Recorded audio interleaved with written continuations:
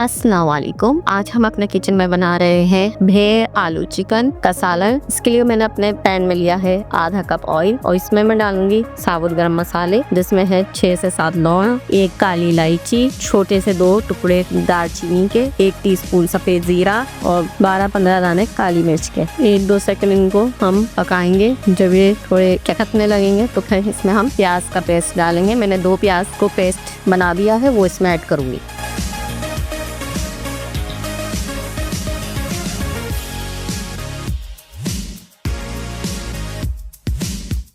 इसी दौरान इसमें हम डालेंगे 1 टेबल स्पून अदरक लहसुन का पेस्ट।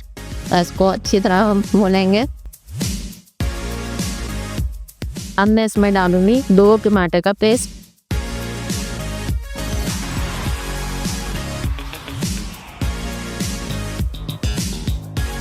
अब मैं इसमें डालूंगी 1 टीस्पून हल्दी पाउडर, हाफ टीस्पून लाल मिर्च पाउडर, 1 टीस्पून धनिया पाउडर, नमक हस्बे जायका,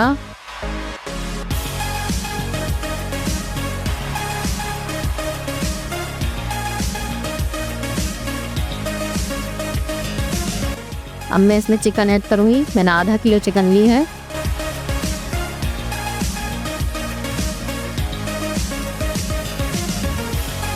और इस पर अच्छी तरह भूनेंगे चिकन को।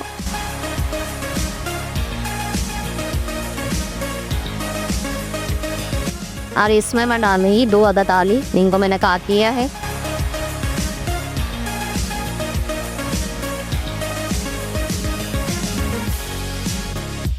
मैंने इसमें थोड़ा सा पानी डाला है, ये बहुत ज़्यादा खुश्क हो रहा था मसाला।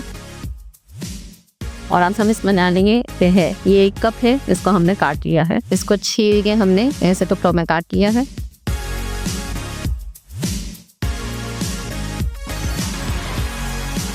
और इसमें मिला ही तो आधा कप पानी, और इसको हम ढक के पकने देंगे। अब हम इसमें डालेंगे 1 टीस्पून कसूरी मेथी, हाफ टीस्पून गरम मसाला पाउडर, 4 हरी मिर्च शामिल। इसको 5 मिनट दम रखेंगे।